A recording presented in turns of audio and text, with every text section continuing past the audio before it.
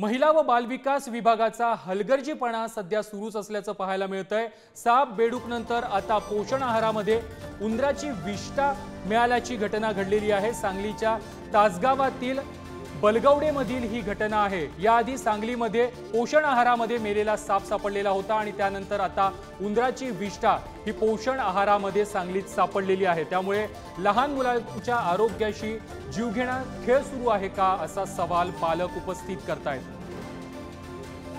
Phone आला म्हणून आम्ही आपलं खाऊ आणायला गेलो होतो। तर आपल्या सदरच्या खाऊमध्ये आम्ही जेव्हा संध्याकाळी फोडले असतात त्यावेळेला त्याच्यामध्ये आपल्या लेंड्या सदृश्य आपल्याकडे विष्ठा सदृश्य असं काहीतरी सापडलं। म्हणून आम्ही ते डॉक्टरांना दाखवलं होतं। डॉक्टर म्हटले की हे आपल्या लेंड्या सदृश्य आहे। म्हणून आम्ही गावातल्या लोकांना आपलं तक्रार केली।